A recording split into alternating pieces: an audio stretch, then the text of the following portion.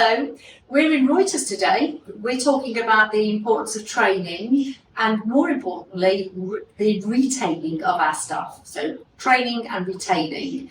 So, there's an article about a lovely lady called Yasmin, who's 63. Actually had left us during COVID, and now she's come back, which is fantastic. And you work with Yasmin, don't you? Yeah. No, she's amazing. Yeah, she's awesome.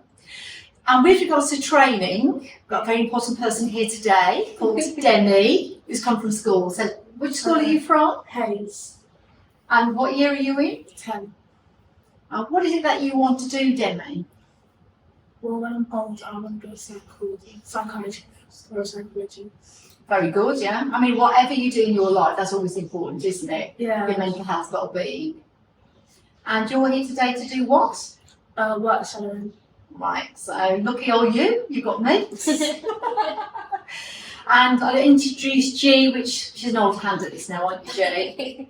Yeah, I used to be an apprentice, so I've been showing Demi around, showing her what I used to do, and the difference between the studio upstairs with no minimum order quantities, and then the bulk production downstairs in the factory.